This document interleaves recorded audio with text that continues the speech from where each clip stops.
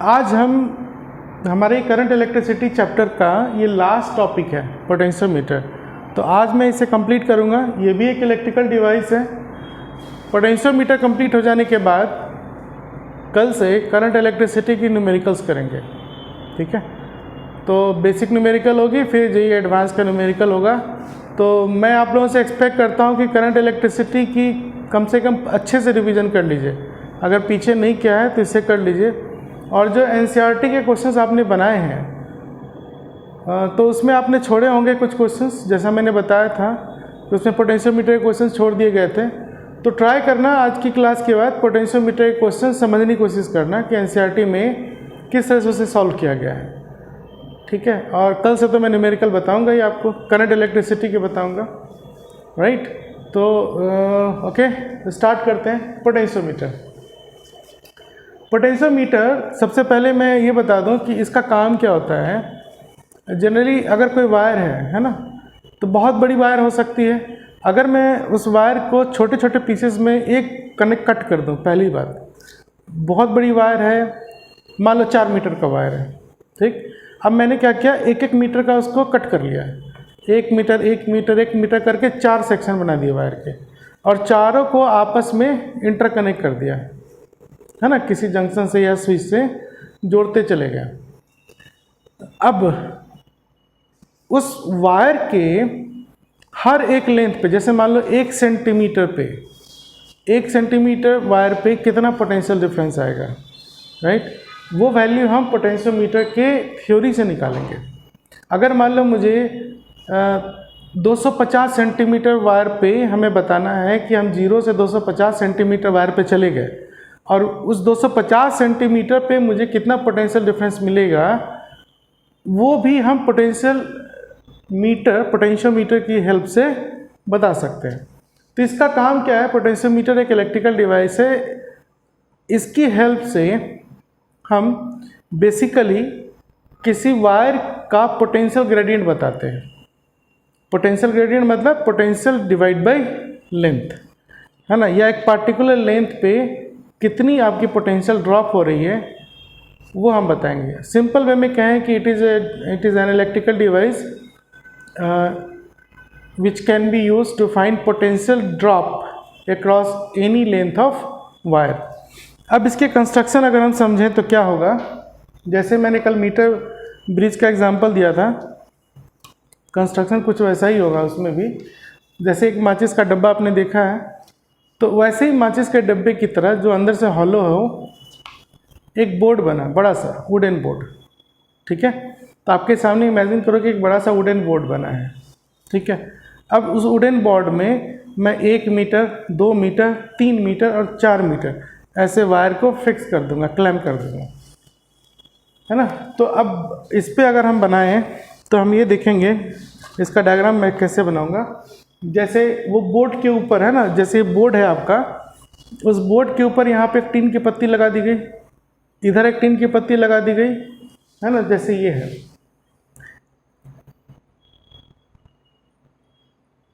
ये बोर्ड के ऊपर एक टीन की प्लेट लगी हुई है जिसमें हम वायर को क्लैप कर सकते हैं, मतलब बांध सकते हैं वायर को।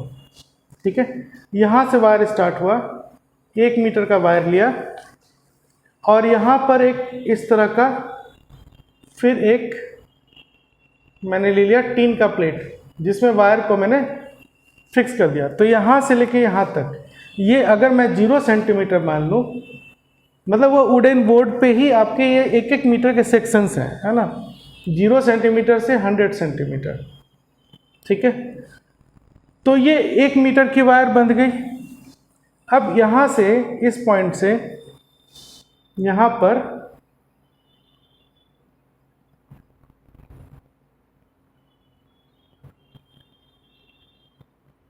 दूसरा वायर बांध दिया। अब ये वायर का लेंथ क्या हो जाएगा आपका, 100 सेंटीमीटर से 200 सेंटीमीटर, मतलब ये वाली लेंथ जो है आपकी 200 सेंटीमीटर हो गई। ठीक है, फिर मैंने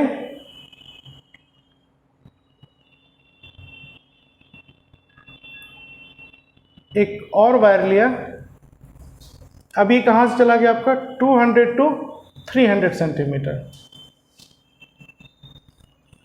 ठीक है, मतलब वुडन बोर्ड पे ही टीन की जंक्शंस बनी हुई, एक यहाँ पे बना ब्लॉक जैसा, एक यहाँ पे बना ब्लॉक जैसा। अब ये ब्लॉक जो है थोड़ा बड़ा है, इतना बड़ा है, तो 0 से 100 आया। अब इस ब्लॉक में दूसरा होल है, यहाँ से हम यहाँ गए 200 सेंटीमीटर हो गया। अब ये थोड़ा ऐसे बड़ा है, अब यहाँ से ऐसे आए, ये 300 हो गया। अब यहाँ से इतना बड़ा थोड़ा और आ गया, ठीक है। तो ये वर्टिकल सेक्शन दिखा रहा है, एक्चुअली में ये ऐसे हॉरिजेंटल होगा। अब 300 से 400 ये लास्ट मैंने एक ब्लॉक बना दिया यहाँ पे फिर, जिसमें वायर को हम फिक्स कर दिए हैं। तो ये आपका लेंथ आ गया 400 सेंटीमीटर, ठीक है। तो ये आपका पोटेंशियोमीटर एक्चुअल दिखता है ना। ये पोटेंशियोमीटर आपका एक्चुअल है, जिसमें हमने 4 मीटर के वायर लिए,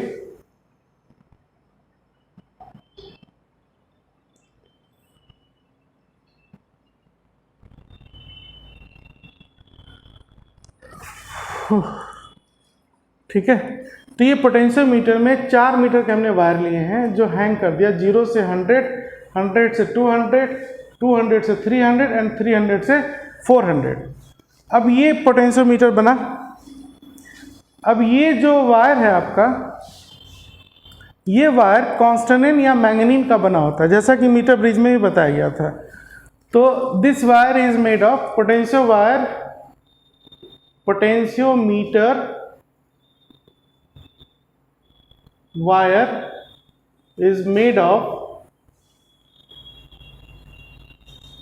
कॉन्स्टेंट, ये एक एलॉय है, और मैंगनीन, ठीक है। एक मेटल का एलॉय होता है कॉन्स्टेंट और मैंगनीन। इसी मटेरियल का हमने 4 मीटर का वायर लिया, उसको 1-1 मीटर के पीसेस में कट कर दिए और हर 1 मीटर को पोटेंशियोमीटर के जंक्शन में फिट कर दिया, ठीक है। अब ये कॉन्स्टेंट और मैंगनीन इसलिए लेते हैं क्योंकि ये हाईली फ्लेक्सिबल होता है। अगर इस वायर कहीं मुड़ जाएगी तो उसको हम सीधा कर सकते हैं, ठीक है। वो आसानी से बिल्कुल सीधी हो जाएगी, कोई किंक्स वगैरह नहीं होगा। तो जब हम एक्सपेरिमेंट करते हैं तो हमारा सबसे पहला काम यही होता है कि वायर को सीधा कर लो, उसमें कोई किंक्स नहीं या मोर नहीं होना चाहिए, जिससे हमें एक्यूरेट लेंथ का पता चले। अगर मोर वगैरह या किंक्स रह जाएंगे, इसका मतलब होगा कि लेंथ ज़्यादा हो जाएगी, तो फिर हमारी रीडिंग में प्रॉब्लम आएगी। जैसा मैंने आपको स्टार्टिंग में बोला था कि हमें पोटेंशियल डिफरेंस किसी भी लेंथ के किसी भी क्रॉस सेक्शन पे चाहिए, मतलब एक पार्टिकुलर लेंथ पे कितना आएगा। मान लो यहाँ पे हम बता सकते हैं कि यहाँ से यहाँ का पोटेंशियल ड्रॉप क्या होगा, यहाँ का बता सकते हैं, यहाँ का बता सकते हैं, ठीक है, यहाँ तक बता सकते हैं। तो पोटेंशियल ड्रॉप बताने के लिए हमारे पास एक सर्किट भी तो होनी चाहिए ना। तो जनरली हम 2 तरह के सर्किट लेते हैं, ठीक है। इसमें एक आपका मेन सर्किट होगा, जिसको हम ऑक्सिलरी सर्किट भी कहते हैं। मेन सर्किट आपके पोटेंशियोमीटर के जंक्शन से कनेक्टेड होगा। तो वो जंक्शन मान लो आपका ये वाला पॉइंट है ए, ठीक है, इस पॉइंट का नाम दे दिया मैंने ए, और लास्ट पॉइंट जो है हमारा वायर का ये पॉइंट हो गया बी। तो पोटेंशियोमीटर का ये 0-100 सेंटीमीटर का ए हो गया स्टार्टिंग, और ये हो गया बी, ठीक है। इसके बीच में हम बैटरी कनेक्ट कर देंगे, एक मेन बैटरी कनेक्ट करेंगे, ठीक है। तो देखिए, एक लीड वायर लिया और यहाँ से बैटरी का मैंने पॉजिटिव टर्मिनल कनेक्ट किया, ठीक है। इस नेगेटिव टर्मिनल को हम रियोस्टेट से कनेक्ट कर देंगे। ये आपका रियोस्टेट है, RH रियोस्टेट, ठीक है। और यहाँ पर एक की लगा देंगे, ये की हो गई आपकी K1, ठीक है, दिख रहा है।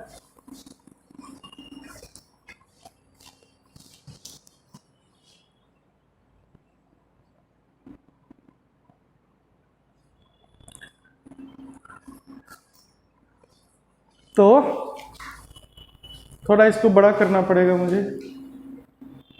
देखिए, पोटेंशियोमीटर वायर का ये 2 जंक्शन था आपका, एक ए है और एक बी है। Initial point A, final point B.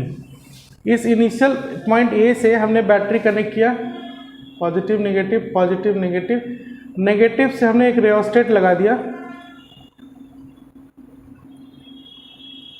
Rheostat जो होता है ये एक वेरिएबल रजिस्टर होता है ना, सिलेंड्रिकल टाइप का होता है, सिलेंड्रिकल ड्रम टाइप का।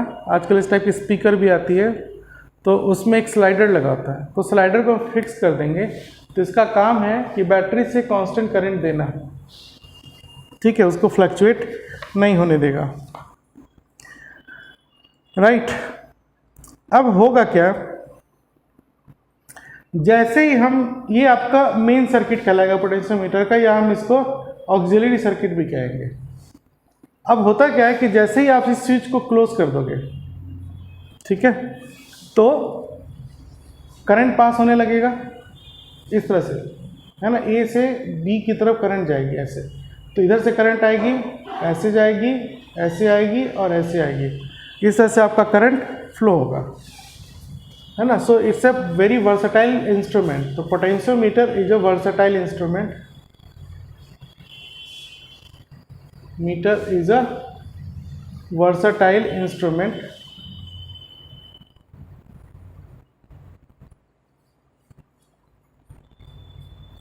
It is used to find potential drop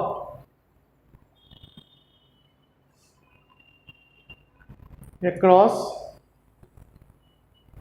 any length of potentiometer wire.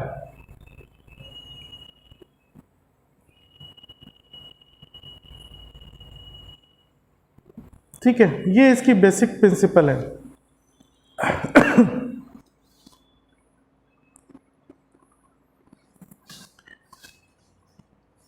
ठीक है, अब जैसे करंट पास करना शुरू होगा, तो जो आपका रियोस्टेट है ना, रियोस्टेट क्या हुआ आपका, वेरिएबल रेजिस्टेंस, मतलब यहाँ पे उस रेजिस्टेंस या जो रियोस्टेट है वहाँ से मुझे रेजिस्टेंस को फिक्स करना है, तो एक स्लाइडर होती है उसमें, उससे हमने उसको एडजस्ट कर दिया, एक फिक्स वैल्यू पे आ गई।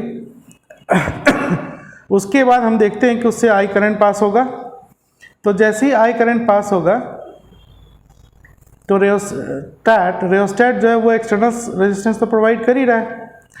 अब दूसरी बात, चलिए इतना तो क्लियर हो गया कि पोटेंशियोमीटर वायर पे करंट पास होने लगेगा। अब जैसे ही करंट पास होगा तो अब आप ये देखो कि जो 4 मीटर की वायर बनी हुई है ना, ये 4 मीटर की वायर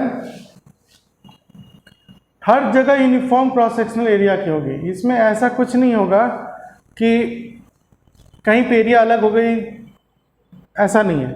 मतलब 0 सेंटीमीटर से लेके 400 सेंटीमीटर तक जो मैंने एक पोटेंशियोमीटर वायर लिए हैं, इसकी क्रॉस सेक्शनल एरिया कहीं भी चेंज नहीं होगी, और हर पीस, हर एक सेक्शन आपका 1 मीटर का है, तो हम क्या कहेंगे, वायर इज यूनिफॉर्म। ठीक है, तो ये एक्सपेरिमेंट से देखा गया है कि इस कहीं पे भी अगर हम पोटेंशियल ड्रॉप लगा लेते हैं तो वो लेंथ के डायरेक्टली प्रोपोर्शनल होगा।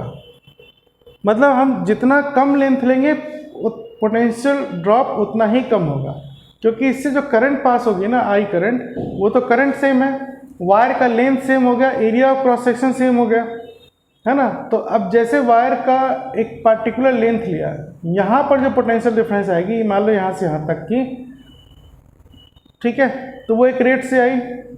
अगर मैं ऐसे से 10 रीडिंग लूँ, डिफरेंट लेंथ है, फिर मान लो मैंने इतने लेंथ पे लिया, फिर इतने लेंथ पे लिया, ऐसे लिया, ऐसे लिया, तो हम देखेंगे कि इसमें एक वेरिएशन है, पैटर्न है एक्सपेरिमेंट में, कि जब हम रेशियो लेते हैं ना, मतलब रेशियो क्या होगा, potential by length.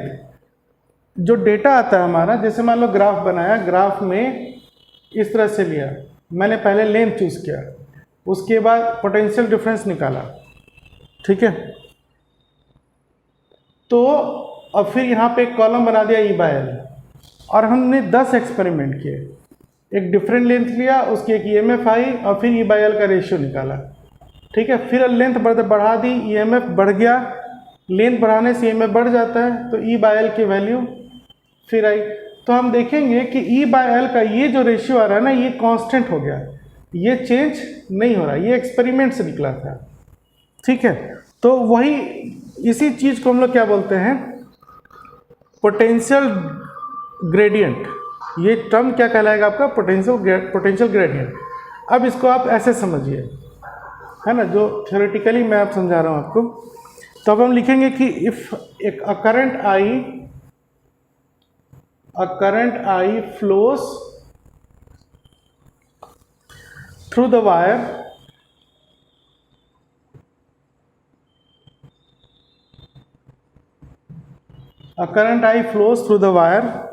wire means potentiometer wire, which can be varied by a variable resistor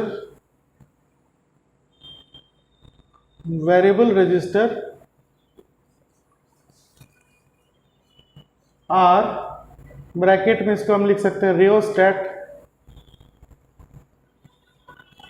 ठीक है, इन द सर्किट। मतलब यह है कि सर्किट में रियोस्टेट जो रेजिस्टेंस प्रोवाइड करेगा, ठीक है, रियोस्टेट जो रेजिस्टेंस प्रोवाइड करेगा, और अगर मैं इस रजिस्टर की वैल्यू बदलता रहूँगा तो इस सर्किट में करंट की वैल्यू भी बदलती रहेगी। और अगर मुझे ये ज़रूरत है कि मैं करंट की वैल्यू ना बढ़ाऊँ तो रियोस्टेट से रेजिस्टेंस को मुझे फिक्स करना पड़ेगा, ठीक है। इतनी बात समझ में आई, ठीक है, इतनी बात क्लियर हो गई। A current I flows through the wire which can be varied by a variable resistor R rheostat in the circuit. Since wire is uniform मतलब इसकी क्रॉस सेक्शनल एरिया सेम है। Since wire is uniform,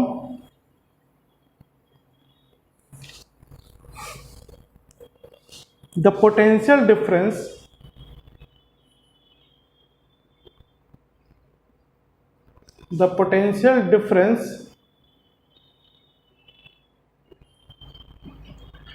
between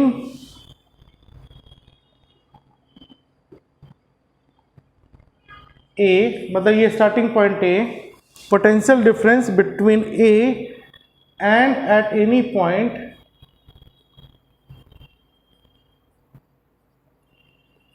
अब मतलब कोई भी एक point ले लो जहाँ पे मुझे पोटेंशियल डिफरेंस देखना है, ठीक है, एट एनी पॉइंट। अब मान लो कोई भी पॉइंट ले लिया, मान लीजिए ये पॉइंट P ले लिया, तो यहाँ से P की ये जो डिस्टेंस होगी वो मान लेते हैं L है theoretically. At any point P AP is equal to L is, ठीक है, since wire is uniform the potential difference from point A to any point P, that is AP is equal to L is, ठीक है, वो क्या होगा,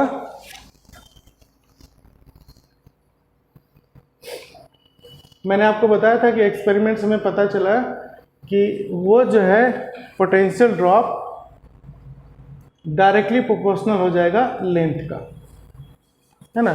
EMF stands for, ये जो E है ये पोटेंशियल ड्रॉप है, मतलब किसी लेंथ पे जैसे से लेंथ वैरी होगा ये पोटेंशियल ड्रॉप बढ़ता जाएगा, मतलब लेंथ बढ़ाएंगे तो पोटेंशियल ड्रॉप बढ़ेगा। मतलब potential drop across any section और across any length is directly proportional to length. अब ये प्रोपोर्शनलिटी हटाएंगे तो एक कांस्टेंट आ जाएगा फाई इंटू एल, ठीक है। सिंपल वे में अगर मैं इसको लिखूं, ये तो मैंने एनसीईआरटी का लैंग्वेज लिख दिया, सिंपल वे में अगर मैं इसको लिखूं तो ये होगा कि potential difference is directly proportional to length, और फिर ये प्रोपोर्शनलिटी कांस्टेंट हटा देंगे, प्रोपोर्शनलिटी सिंबल हटाएं तो एक कांस्टेंट आएगा k इंटू एल, ठीक। ये k आपका कहलाएगा potential drop per unit length, या पोटेंशियल ग्रेडियंट। एनसीईआरटी में इसी चीज को, इस V को लिखी गई ये potential difference across any length, मतलब E bracket L directly proportional to length. अब ये प्रोपोर्शनलिटी हटाते हैं तो फाई आता है, ठीक है। ये फाई पोटेंशियल ग्रेडियंट है या potential drop across any length है। मैंने यहाँ K लिखा, यहाँ एनसीईआरटी में वही फाई है। किसी बुक में K लिखा होगा, एनसीईआरटी में फाई लिखा हुआ है, तो इससे आपको कंफ्यूज होने की ज़रूरत नहीं है। जब भी आपको ये इक्वेशन दिखे ना कि potential difference directly proportional to length है, इसका मतलब ये हटेगा तो एक पोटेंशियल ग्रेडियंट कांस्टेंट आएगा। तो जनरली दो ही सिंबल यूज़ की जाती है, एनसीईआरटी में फाई और बाकी सारे बुक में आपको K देखने को मिलेगा, तो दोनों सेम है, ठीक। हम एनसीईआरटी फॉलो करें तो ज़्यादा बेटर है, राइट। तो ईएमएफ या potential difference across any length is equal to phi L. Phi is a constant where phi is a constant called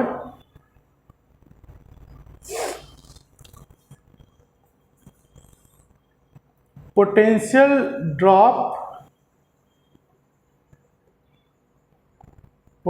drop per unit length, ठीक है। और पोटेंशियल ग्रेडियंट, और फाई इज पोटेंशियल ग्रेडियंट। तो ये potentiometer की principal हो गई, ठीक है। न्यूमेरिकल जब आप बनाएंगे तो आप इस फॉर्मूले को यूज कीजिए, potential directly proportional to length, ये प्रोपोर्शनलिटी हटाएंगे, एक कांस्टेंट K आएगा इनटू L। अब यही K आपका पोटेंशियल ग्रेडियंट है which is V by L, ठीक है। तो इससे हमें फायदा क्या मिलता है कि न्यूमेरिकल में आपको K या फाई की वैल्यू गिवन होगी, है ना। मान लीजिए ये वैल्यू गिवन है, तो हम बता सकते हैं कि फिर 300 सेंटीमीटर पे कितना आएगा। इस K में सिर्फ लेंथ मल्टीप्लाई कर दो, है ना। जैसे यहाँ देखो, इस फाई में L मल्टीप्लाई कर दिया, मतलब K में L मल्टीप्लाई कर देंगे तो क्या मिलेगा मुझे, पोटेंशियल डिफरेंस उस लेंथ का जहाँ पे आपको निकालना है, ठीक है। तो अब आपको समझ में आ गया पोटेंशियोमीटर क्या है, ठीक है। इसकी यूनिट क्या होगी, फाई या K की। फाई आपका क्या निकला, ये potential difference across any length divide by length, मतलब इसकी यूनिट हो जाएगी वोल्ट और इसकी यूनिट हो जाएगी सेंटीमीटर या मीटर, है ना। तो वोल्ट पर मीटर मान लीजिए ऐसा यूनिट, तो इसकी ऐसा यूनिट हो गई वोल्ट पर मीटर। न्यूमेरिकल जब हम बनाएंगे तो इस बात का ध्यान रखना कि हो सकता है वो वोल्ट पर सेंटीमीटर दिया हो, ठीक है। तो उसी हिसाब से हमें यूनिट पे ध्यान देनी होगी, ठीक है। ऐसा यूनिट वोल्ट पर मीटर होगी, लेकिन न्यूमेरिकल में जनरली वोल्ट पर सेंटीमीटर यूज होगा, ठीक है। तो ये थी आपकी पोटेंशियोमीटर। अब इसके कुछ एप्लीकेशन हैं, अब हम वो पढ़ते हैं। एप्लीकेशन ऑफ पोटेंशियोमीटर क्या है, ये आपके बोर्ड एग्जाम के लिए काफ़ी इंपॉर्टेंट है, हर साल इससे थ्योरी आती है। तो आपकी जो बोर्ड लेवल का जो क्वेश्चन आंसर होता है ना सीबीएसई में या जो आपका स्टेट बोर्ड है, उसके हिसाब से एक क्वेश्चन इसमें रहता ही रहता है, ठीक है। तो उसकी थ्योरी की प्रैक्टिस आप आज ही कर लेना कि उसमें क्वेश्चन कैसे आता है, आपको आंसर कैसे देना है, वो सारी चीज़ें, ठीक है। चलिए अब हम क्या पढ़ने जा रहे हैं, application of potentiometer. Application of potentiometer, इसके क्या एप्लीकेशन है। पहला एप्लीकेशन तो ये है कि दो छोटे छोटे सेल होंगे, मान लो ले लिया, जैसे आपके टीवी के रिमोट में सेल होता है ना, तो मान लो वही सेल है, लेकिन आप जब फिजिक्स के लैब में जाएंगे तो सेल उस टाइप का नहीं होता है। सेल होता है वो लेक्लेंसे सेल, एक ड्रम टाइप का होगा इतना बड़ा। तो ऐसा 2 सेल है, उसके ईएमएफ का कंपैरिजन करना है। ठीक है, तो इसकी पहली एप्लीकेशन है, first application, comparison of EMF of 2 cells. Comparison of EMF of 2 cells. ठीक है, जनरली इसमें हम प्रूफ क्या करेंगे आपको, E1 बाई E2, मतलब E1 आपका फर्स्ट सेल का ईएमएफ है, E2 आपका सेकंड सेल का ईएमएफ है, और ये जो वैल्यू आएगी ना वो L1 बाई L2 आएगी। ठीक है, ये रिलेशन हमें प्रूफ करना है, यही आपकी एप्लीकेशन है। कंपैरिजन मतलब रेशियो निकालते हैं, 2 सेल ले लिया, उनके ईएमएफ का रेशियो जो है L1 और L2 के बराबर होगा। ये हम देखेंगे किस तरह से आएगा, प्रूफ करेंगे तो फिर हम किरचॉफ्स लॉ यूज़ करेंगे प्रूफ करने के लिए। उसके बाद दूसरा एप्लीकेशन है इसका, to find internal resistance of a cell, to measure internal resistance of a cell, मतलब जो सेल, कोई एक सेल ले लो और अब मुझे उसका इंटरनल रेजिस्टेंस बताना है कितना होगा, तो वो इंटरनल रेजिस्टेंस हम इसके थ्रू निकालेंगे, है ना। और इंटरनल रेजिस्टेंस को जनरली स्मॉल r से डिनोट की जाती है। तो वो इंटरनल रेजिस्टेंस जो हम प्रूफ करेंगे थ्योरी, वो होगा कैपिटल R, मतलब external resistance, L1 by L2 minus 1। ठीक है, ये पोटेंशियोमीटर का एप्लीकेशन है। ठीक, तो ये 2 चीज़ें हैं जो आपको पढ़नी है।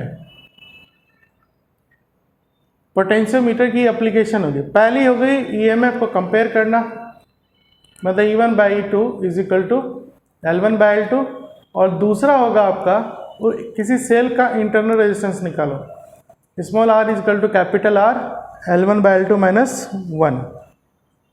ये कैपिटल R एक्सटर्नल रेजिस्टेंस है, और ये वही होगा जैसे इस थ्योरी में मैंने बैटरी के साथ रियोस्टेट लगाया हुआ है थ्योरी में। तो यहाँ जो रेजिस्टेंस प्रोवाइड कर रहा है वही आपका कैपिटल R है।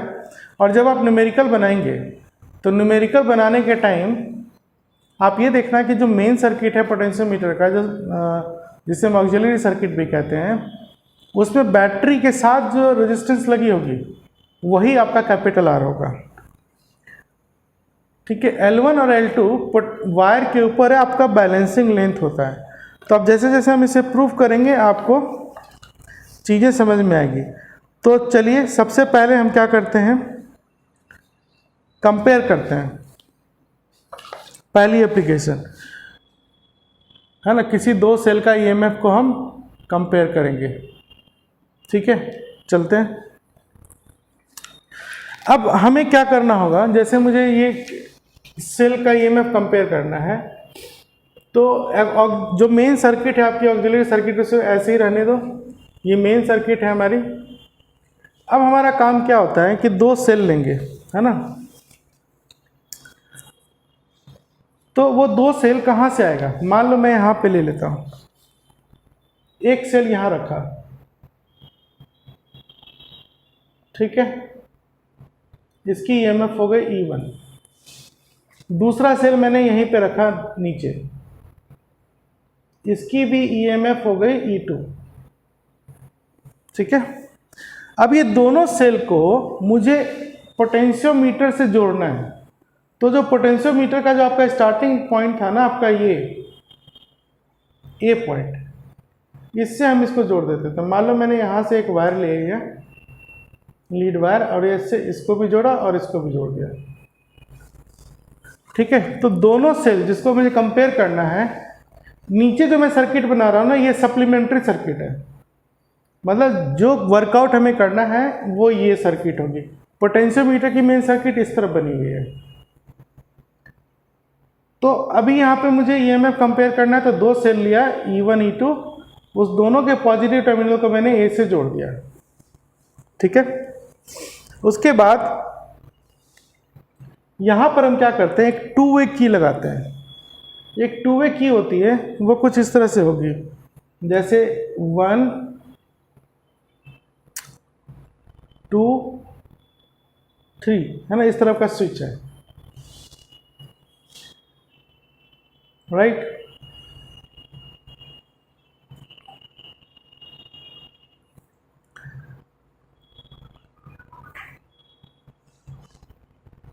ऐसे बनाओ 1 2 3, इस टू वे स्विच को इस तरह से बनाए तो ज़्यादा बेटर है। एक यहाँ और एक यहाँ और एक यहाँ, ठीक है। दोनों सेल को आप इससे जोड़ दो, है ना, ये 1 और ये 2 ऐसे जोड़ दिया स्विच से, ठीक है, ये आ गया। और ये जो तीसरा पॉइंट है ना, जो आपको खाली पड़ा हुआ है, इससे हम क्या करेंगे, गैल्वेनोमीटर को कनेक्ट करेंगे।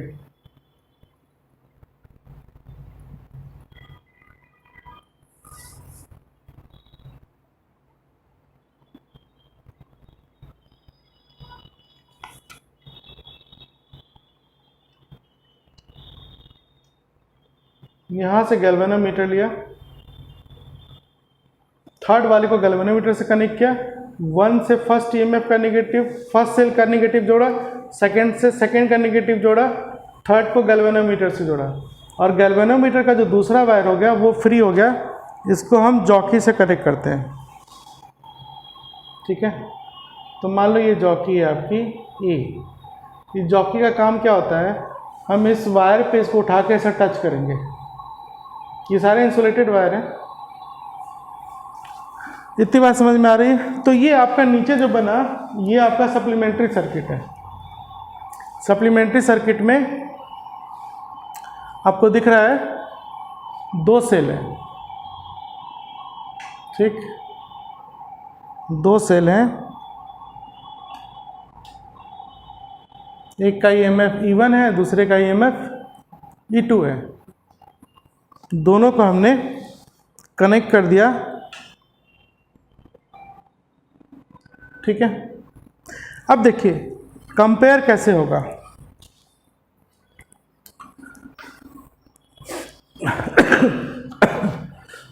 एक की यहां पे पहले क्लोज करेंगे जिससे इसमें करंट पास होगा। अब हम क्या करेंगे, पहले ये फर्स्ट सेल को कनेक्ट करो, तो फर्स्ट सेल सर्किट में कैसे आएगा, उसके लिए हम जैसे ये है ना गैल्वेनोमीटर का थर्ड पॉइंट, इसको किसी एक सेल से जोड़ना है, तो मान लो मैं फर्स्ट से जोड़ दिया इसको ऐसे,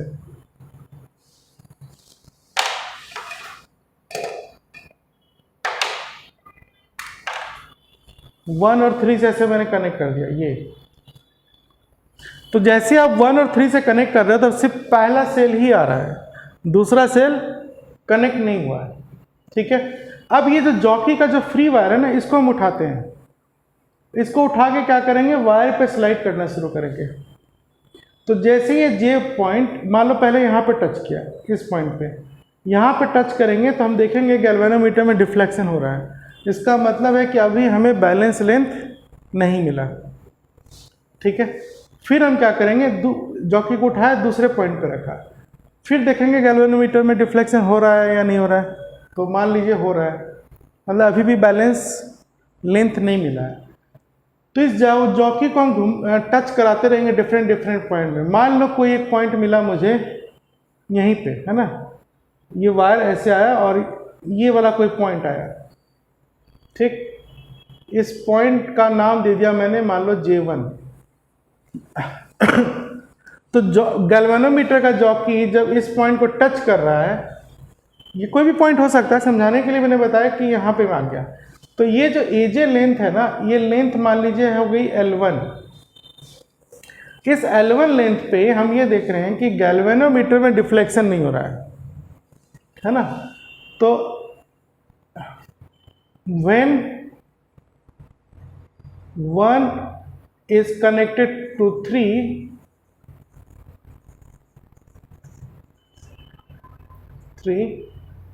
and jockey J1 shows null deflection in galvanometer.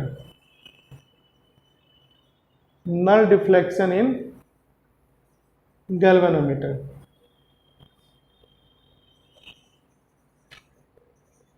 इसका मतलब क्या हो गया?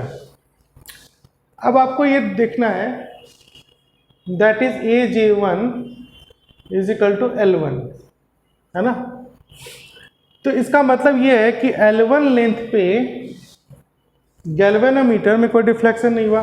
अब आप इसको अलग करके देखो, सर्किट तो आपकी यहाँ से ऐसे ही थी ना, ये सेल, गैल्वेनोमीटर और ये वायर, इतना सा।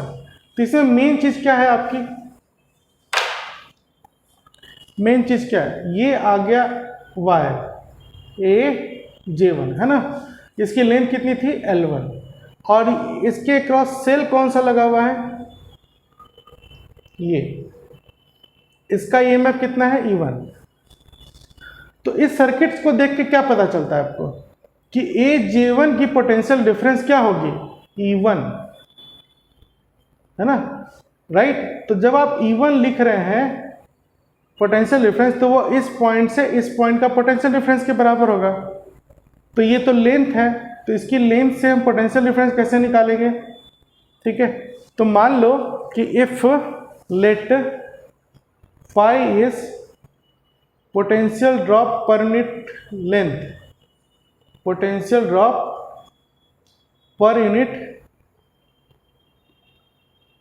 length of wire, जो आपने पहले भी पढ़ा था। तो इससे मुझे क्या मिलेगा? अगर phi आपका पोटेंशियल ड्रॉप है इस पोटेंशियल मीटर वायर के पर यूनिट लेंथ का, तो AJ1 ये जो लेंथ है इसकी पोटेंशियल डिफरेंस क्या हो जाएगी? Therefore potential difference across AJ1, ये इसको हम लिख सकते हैं phi L1।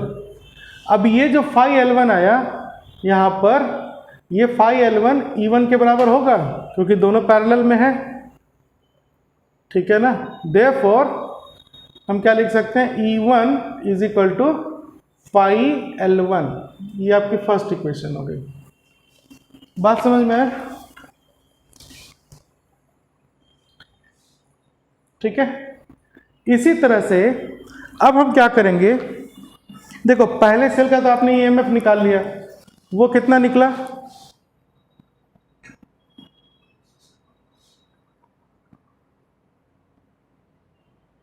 पहले सेल का EMF निकाला और वो कितना आया आपका?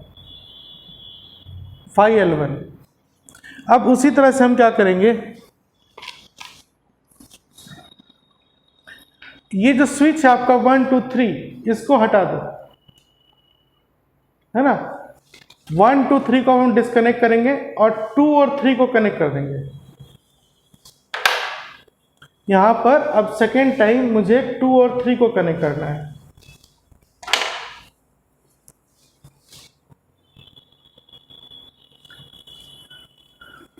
ठीक है, now disconnect 1 and 3 and connect 2 and 3। तो जैसे 2 और 3 को कनेक्ट करेंगे तो मुझे क्या मिलेगा? अब सर्किट में ये EMF तो काम नहीं कर रहा, जो हमारे E1 बनी हुई थी ये काम नहीं कर रहा। अब काम क्या करेगा आपका? E2। ठीक है, तो फिर हम इस जॉकी के इस पोजीशन को हटाएंगे।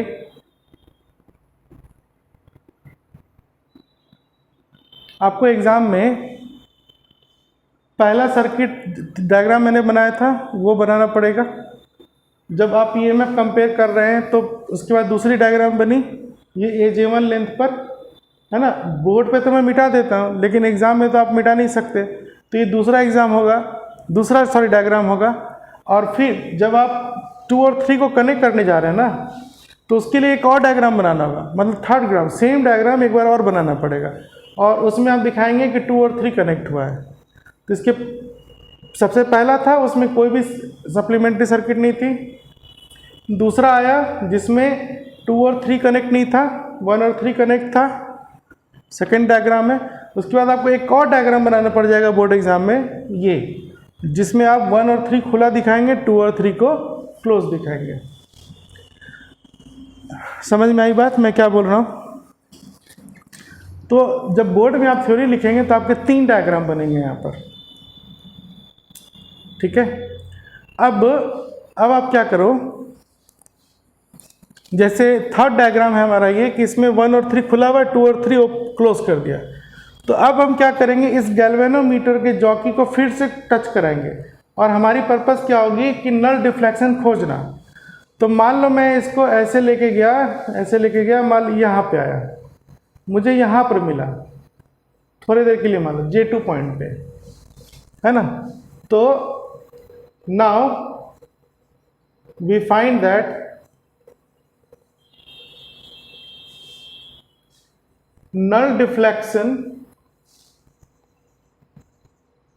null deflection in galvanometer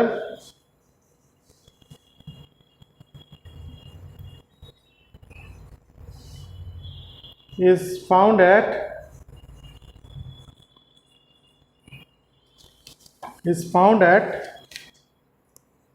AJ2 is equal to L2, है ना।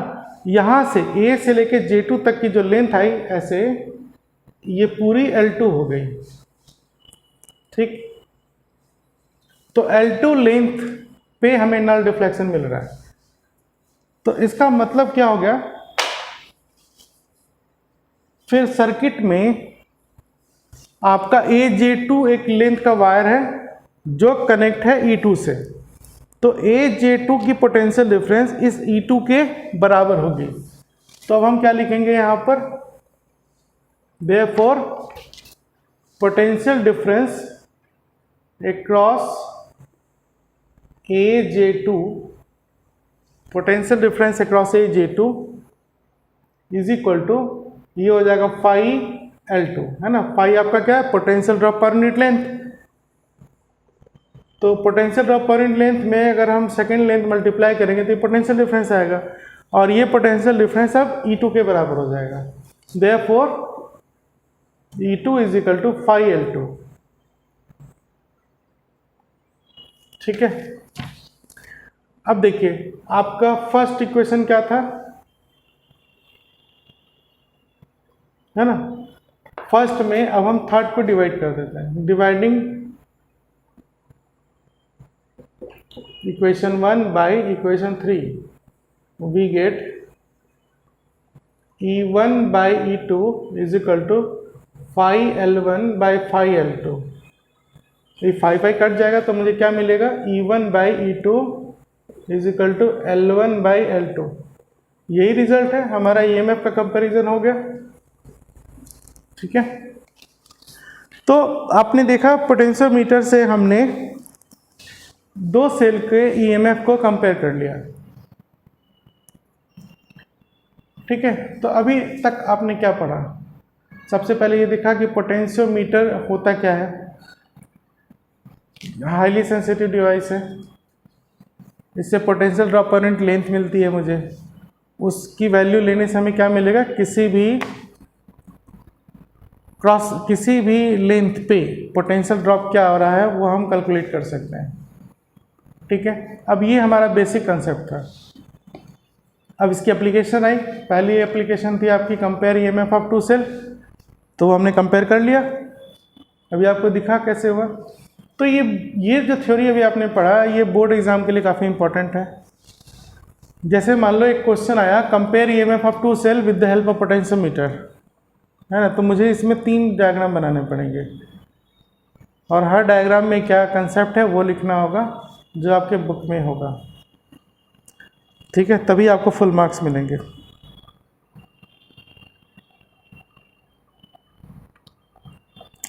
अब जब ये थ्योरी का जो रिजल्ट है हमारा कि EMF को कंपेयर करना है, तो जब आप कंपेयर कर रहे हैं, जैसे E1 by E2 equal to L1 by L2 आ गया, तो इसमें 4 चीज़ें हैं। अब मान लो इस पर एक शॉर्ट न्यूमेरिकल आ गया, तो इस 4 चीज़ें में कोई 3 चीज़ दी होगी। हो सकता है L1 L2 दिया हो, E1 दिया हो, आपको E2 निकालने के लिए बोला जाए, या फिर आपको एक EMF दिया हो, बाकी 2 लेंथ दी हुई है तो E2 निकालो। मतलब आप समझ सकते हैं कि E1 by E2 equal to L1 by L2, ये 4 चीज़ें हैं। अब इसमें कुछ भी न्यूमेरिकल सेट हो सकता है, कोई भी 3 चीज़ दी होगी, एक निकालना होगा, राइट। चलिए, तो सिंपल है, आसान न्यूमेरिकल बनते हैं, इसमें प्रैक्टिस करेंगे तो समझ में आ जाएगा। अब हम चलते हैं दूसरे एप्लीकेशन पे। वो क्या था हमारा, किसी सेल का इंटरनल रेजिस्टेंस निकालना है।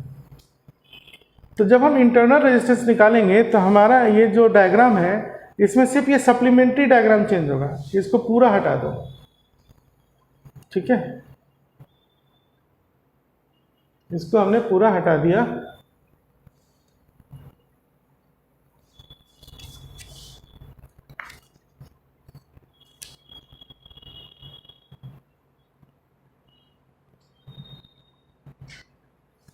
सेकेंड एप्लीकेशन है टू मेजर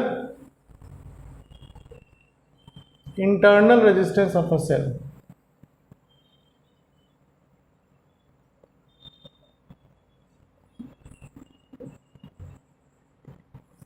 ठीक है, तो मेन सर्किट में हमारी कोई चेंजेस नहीं होगी, वो एज इट इज रहेगा, ठीक है।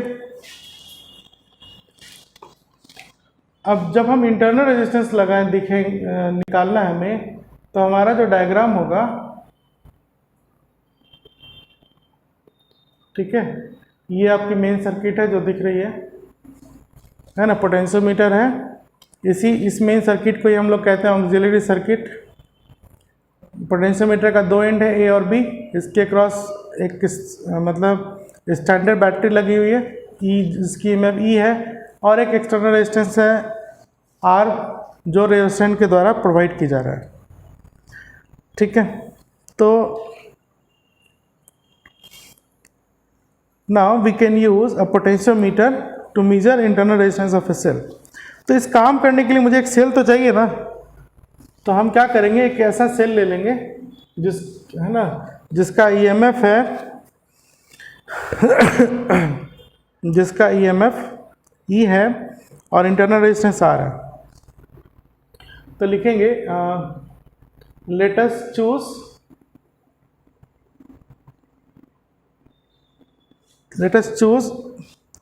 अ cell of EMF E and internal resistance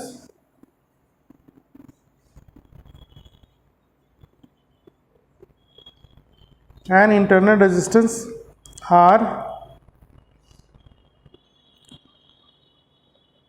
ठीक है, ये ले लिया। अब इसको हम कनेक्ट करेंगे, तो कनेक्ट कैसे करेंगे, यहां पर इसी ए पॉइंट पे आते हैं, ठीक है। इस ए पॉइंट पे आ करके हमने वो सेल ले लिया जिसकी हमें इंटरनल रेजिस्टेंस निकालनी है, ये सेल हो गया। इसका ईएमएफ हमने लिख दिया ई, ईएमएफ हो गई ई, ठीक। अब इस सेल के पैरेलल हम क्या करेंगे, मतलब ए पॉइंट से, जैसे ये है ना ए पॉइंट, यहाँ से हमने इस सेल को कनेक्ट किया। अब यहाँ से ही हम क्या करेंगे, ए पॉइंट से ही एक की लगा देंगे, ठीक है। इस की का नाम हो गया K2, दिखाई दिया आपको।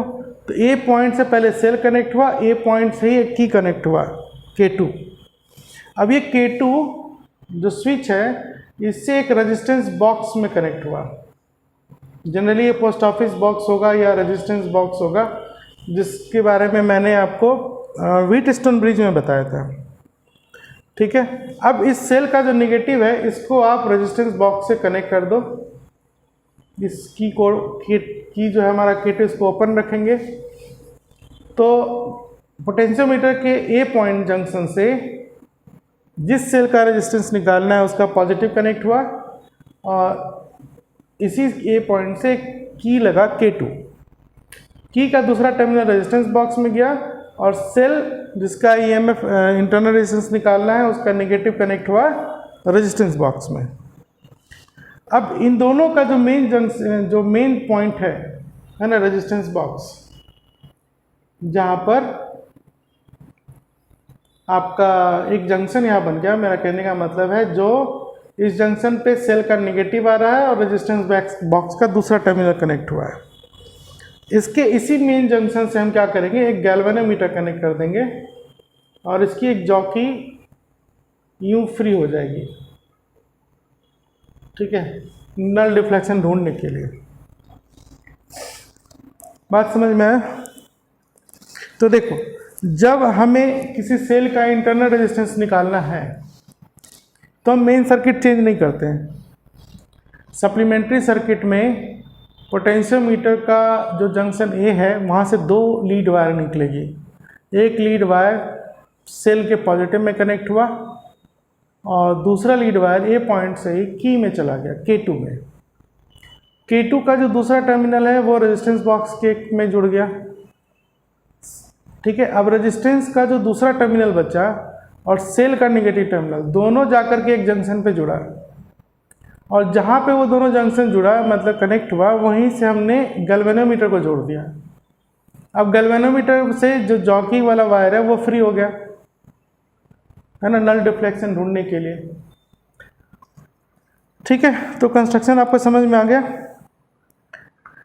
अब हम क्या करेंगे, देखिए इंटरनल रेजिस्टेंस निकालने के लिए सबसे पहले की जो K2 है सप्लीमेंट्री सर्किट में उसको हम खुला रखते हैं, ठीक है। तो हमारा सबसे पहला काम क्या होगा इसमें केस, अगर हम फर्स्ट देखेंगे पहला स्टेप क्या है, स्टेप 1 है आपका K2 ओपन, मतलब इस स्विच को मत बंद करो, ये वाला स्विच बंद होगा, ये खुला रहेगा। K2 open, K1 closed. इससे होगा क्या,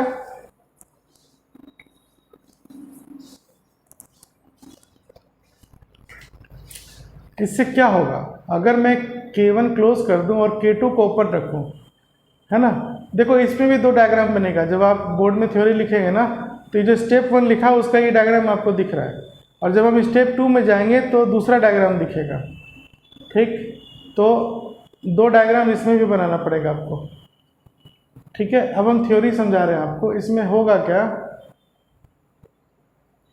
कि जब K2 को हमने खुला रखा है और K1 को क्लोज कर दिया, तो इससे क्या होगा आपका, देखो ये वाला आर्म सर्किट में इफेक्टिव नहीं होगा क्योंकि ये स्विच तो आपने ऑफ कर रखा है। तो इधर नीचे जो सप्लीमेंट्री सर्किट है इसमें इस टाइम आपका सिर्फ ये सेल काम कर रहा है ऐसे गैल्वेनोमीटर के थ्रू, ठीक। ये जो सेल है EMF सिर्फ ये काम कर रहा है, ये तो स्विच आपने खुला रखा हुआ है। अब हम क्या करेंगे, गैल्वेनोमीटर से इसको टच कराएंगे, है ना। तो बैलेंस, मान लो ये बैलेंस लेंथ जो है हमारा कहीं मिलेगा, डिफरेंट पॉइंट में इसको टच करेंगे तो एक लेंथ आएगी जहाँ पर आपको बैलेंस लेंथ मिल सकती है। तो मान लो वो बैलेंस लेंथ मुझे यहाँ पे मिला, है ना, ये पॉइंट हो गया N1, तो ये जॉकी वाला वायर जो ऐसे आके कनेक्ट होगा, है ना, ये N1, ठीक है, N1 पे कनेक्ट हुआ। तो कहने का मतलब क्या होगा, हम लिखेंगे बैलेंसिंग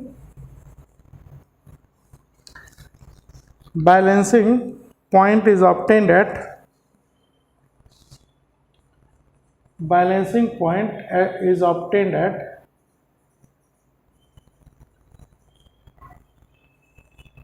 N1, ठीक है।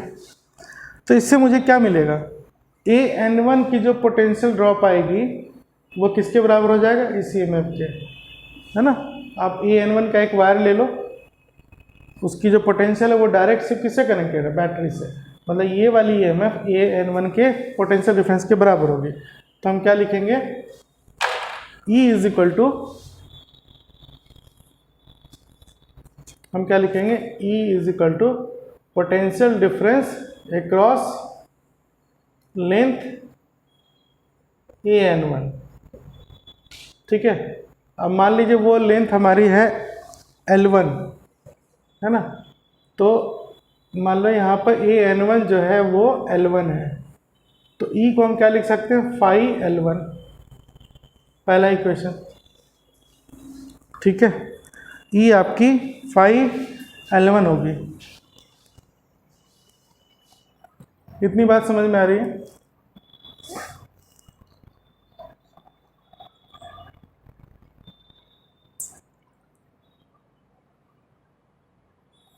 ठीक है, सर्किट पे ध्यान दो, समझ में आ रहा होगा।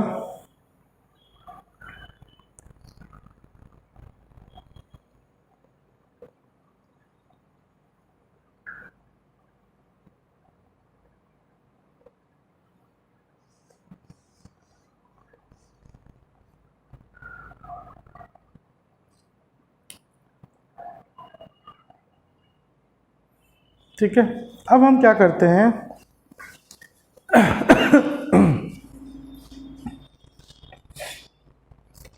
अब हम क्या करते हैं, सेकंड स्टेप पे चलते हैं। सेकंड स्टेप में क्या होगा,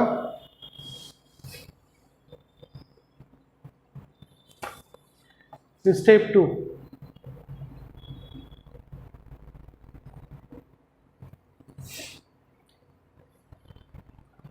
इस K2 को क्लोज कर दो। K2 इज क्लोज्ड एंड ये जो रेजिस्टेंस बॉक्स है इससे एक रेजिस्टेंस हम सेलेक्ट कर लेते हैं। Select a resistance capital R, select a resistance capital R from resistance box, है ना। पहला सेकंड स्टेप में हम क्या करेंगे, यहाँ से एक रेजिस्टेंस बॉक्स है, एक रेजिस्टेंस R सेलेक्ट कर लिया, K2 को क्लोज कर दिया।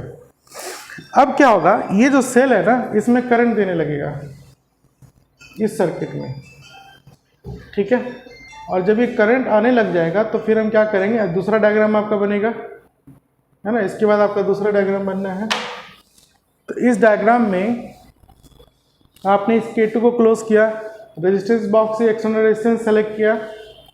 अब हमारा काम क्या होगा, यहाँ पर करंट पास होने लगेगा, एक एक्सटर्नल रेजिस्टेंस आ गया सर्किट में। तो ये जॉकी जो है से हम बैलेंस पॉइंट ढूंढेंगे। मान लो अब मुझे वो बैलेंस लेंथ कहीं भी मिल सकता है, यहाँ से लेके जो पूरा 4 मीटर वायर है इसमें कहीं भी मिल सकता है। तो मान लीजिए मुझे यहाँ मिला जा करके, कहीं भी मिल सकता है, मैंने ये पॉइंट ले लिया N2, है ना। तो फिर हम क्या लिखेंगे, balance length is obtained at,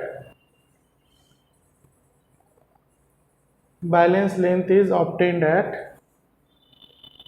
AN2 is equal to L2, है ना। यहाँ पर मुझे बैलेंस लेंथ मिल गया। तो बैलेंस लेंथ मिलने का मतलब क्या हो गया, इस AN2 की जो पोटेंशियल डिफरेंस होगी वो कितने के बराबर होगा। तो फिर हम लिखेंगे potential difference across length AN2 is, अब चूंकि बैटरी EMF थी ना, अब इससे करंट पास होने लगा जिससे मुझे इसकी पोटेंशियल डिफरेंस अब V हो जाएगी, E नहीं रहेगी। EMF कब आता है, इसकी मैक्सिमम पोटेंशियल डिफरेंस होती है, आपको मैंने सेल में पढ़ाया था। तो जब ये करंट देने लगेगा तब ये EMF इसकी नहीं रहेगी वैल्यू, तब यहाँ पर अब जो इसकी पोटेंशियल डिफरेंस होगी वो V हो जाएगी, और वो V जो है किसके बराबर होगा, इस बैलेंस लेंथ के बराबर होगा। तो V is equal to phi L2। ये आपकी इक्वेशन हो गई सेकंड, ठीक है।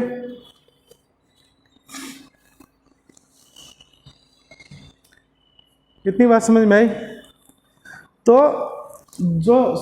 जब आपने रेजिस्टेंस बॉक्स से एक एक्सटर्नल रेजिस्टेंस सेलेक्ट कर लिया R और K2 को क्लोज कर दिया, तो जो सेल है हमारा E वो एक करंट पास देने लगेगा जिससे इसकी पोटेंशियल में ड्रॉप आएगी, लॉस होगा पोटेंशियल डिफरेंस, तो वो लॉस V हो गया। अभी जो लॉस V हुआ वो मुझे बैलेंस लेंथ मिला कहाँ पे, N2 पॉइंट पे। तो AN2 की जो लेंथ है उस लेंथ में अगर मैं फाई से मल्टीप्लाई कर दूँ, मतलब पोटेंशियल ड्रॉप से मल्टीप्लाई करूँ, तो वो जो पोटेंशियल डिफरेंस होगा वो सेल के टर्मिनल पोटेंशियल डिफरेंस के बराबर हो जाएगा। तो phi is equal to L2 आ गया, ठीक है। बात समझ में आ रही है। तो अब हम क्या करेंगे, इक्वेशन 1 और 2 को डिवाइड कर दो। ठीक है, अब हम इक्वेशन 1 और 2 को डिवाइड कर रहे हैं।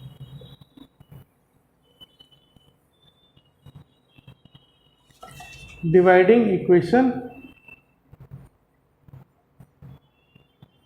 1 एंड 2 वी गेट, क्या मिलेगा मुझे, E by V is equal to pi L1 by pi L2, मतलब 5 गया तो E बाई वी आपको मिल गया L1 by L2, third equation. ठीक है,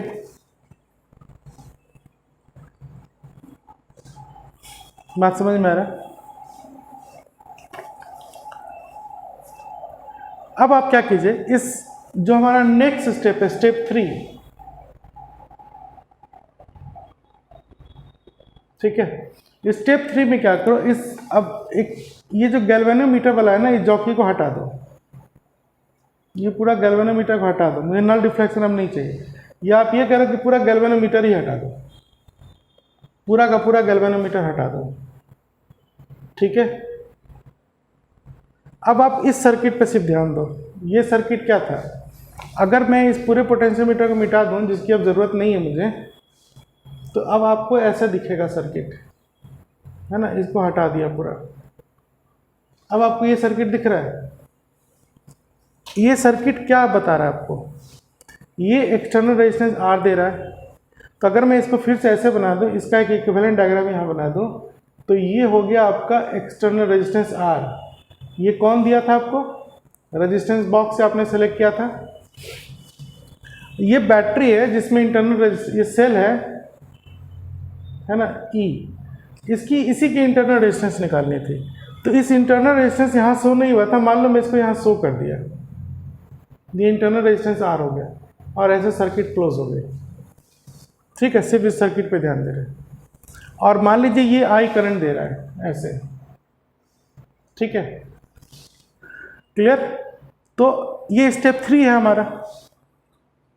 अब हमें यहाँ पर क्या देखने को मिलेगा, अगर मैं यहाँ पे किरचॉफ का लूप लॉ लगा दूँ, है ना, मान लो ऐसे चल रहे हैं, मान लो मैं यहाँ से चलना शुरू किया, या ऐसे ही चलो यहाँ से चलना शुरू किया, तो ये करंट ऐसे आएगा I, है ना, A, इसका नाम दे देते हैं L M N L M N O, है ना, तो in loop L M N O L, है ना, ऐसे चल रहा है, इस लूप में हमारा क्या बनेगा सर्किट इक्वेशन,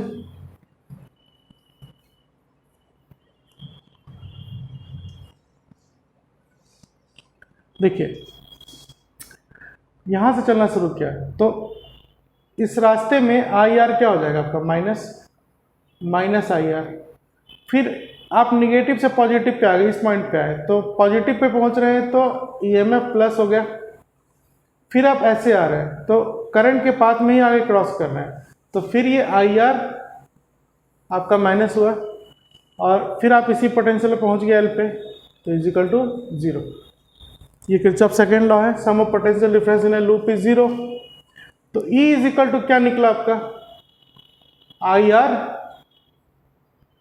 प्लस IR, है ना। ठीक है,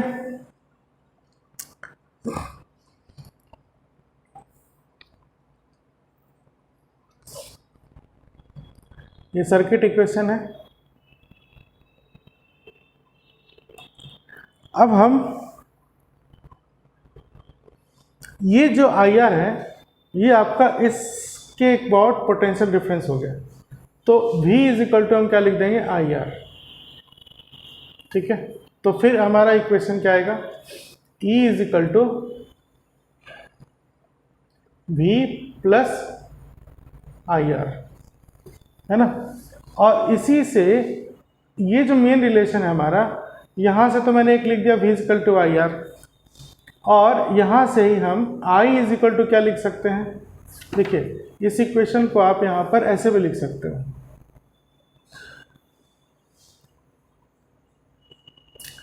E is equal to I R plus R, है ना, ऐसे आ सकता है। अब आप यहाँ पे आ जाइए, इस v की वैल्यू डाल दिया तो e minus V is equal to I into small R, ठीक है, लिख सकते हैं। कितनी बात समझ में आ रही है? अब इस इक्वेशन को मैं यहाँ लिख रहा हूँ, e minus V by I, E minus V is equal to I into R, ठीक है। अब यहाँ से देखिए, ये I इज इक्वल टू क्या हो जाएगा, EMF by R plus R, ठीक है। तो ये वैल्यू मैं यहाँ डालता हूँ, EMF by R plus R into R, ठीक है, दिख रहा है आप लोगों को?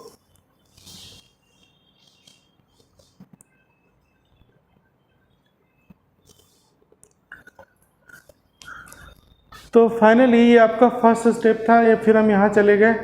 अब E को मैं इधर डिवाइड कर देता हूँ, ठीक है। तो क्या आ जाएगा, ये यहाँ मिटा रहे हैं, देखिए E minus V by E is equal to R by R plus R, ठीक है। अब ये आपका इक्वेशन क्या आ रहा है, इस रेशियो को मैं अगर देखो E बाई ई 1 हो जाएगा, 1 minus V by E is equal to R by R plus R, ऐसे आया, ठीक है। आपने पीछे एक रिलेशन बनाया था, वो E बाई वी क्या था आपका, L1 बाई L2, तो यहाँ से V बाई L1 है ना, यही इक्वेशन था ना आपका, ठीक। मुझे यहाँ V बाई ई की ज़रूरत है, तो V बाई ई क्या हो जाएगा यहाँ से, L2 बाई L1, ये इक्वेशन 1 है।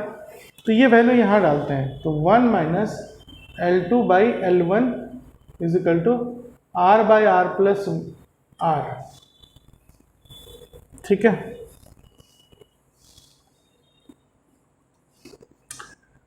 अब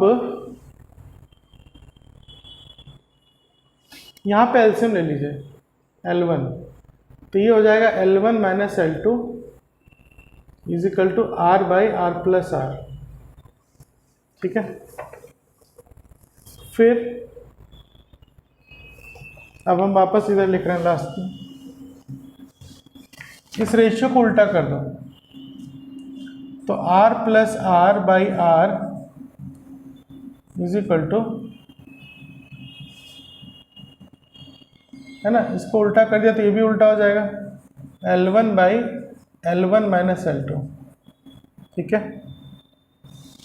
अब ये आपका आ जाएगा R by R plus 1 is equal to L1 by L1 minus L2, ठीक है।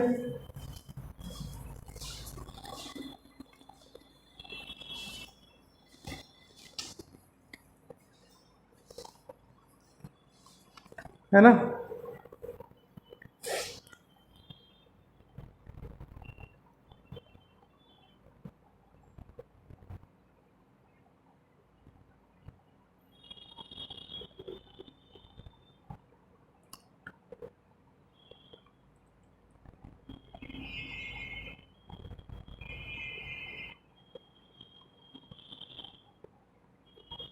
अब आप क्या करें, इस R को इधर ले जाएं, मुझे R की वैल्यू निकालनी है, तो मैं क्या करूँगा,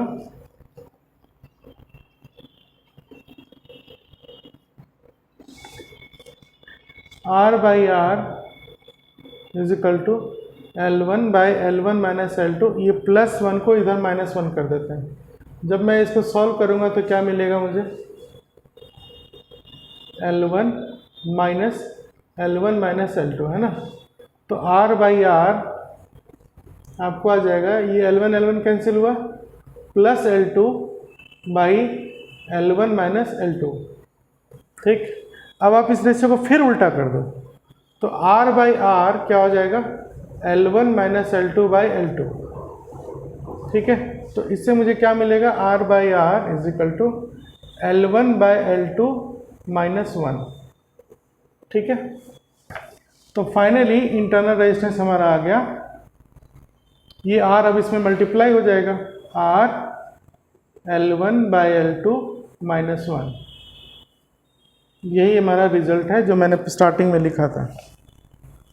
ठीक है, तो आपको समझ में आया पोटेंशियोमीटर की हेल्प से हमने सेकेंड एप्लीकेशन में क्या सीखा। सेकेंड एप्लीकेशन में हमने सीखा कि, है ना,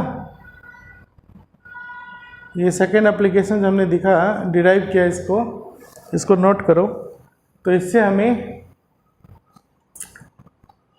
इंटरनल रेजिस्टेंस मिल गया। तो आज आपने पूरा पोटेंशियोमीटर पढ़ा है। ठीक है, इसकी रिवीजन आप लोग कर लेंगे। पहले बोर्ड के हिसाब से सारा थ्योरी बना लें कॉपी में, किस तरह के क्वेश्चन आंसर आते हैं, फिर इसके सारे कंसेप्ट को समझें जो आज पढ़ाया, और फिर कल मैं न्यूमेरिकल स्टार्ट करूँगा करंट इलेक्ट्रिसिटी का।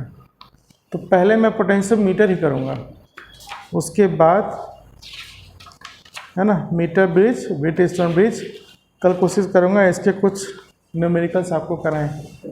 तो शायद इतना तो ना हो पाए, लेकिन हाँ पोटेंशियोमीटर के न्यूमेरिकल कल करते हैं, तो आप इसको अच्छे से पढ़ लें।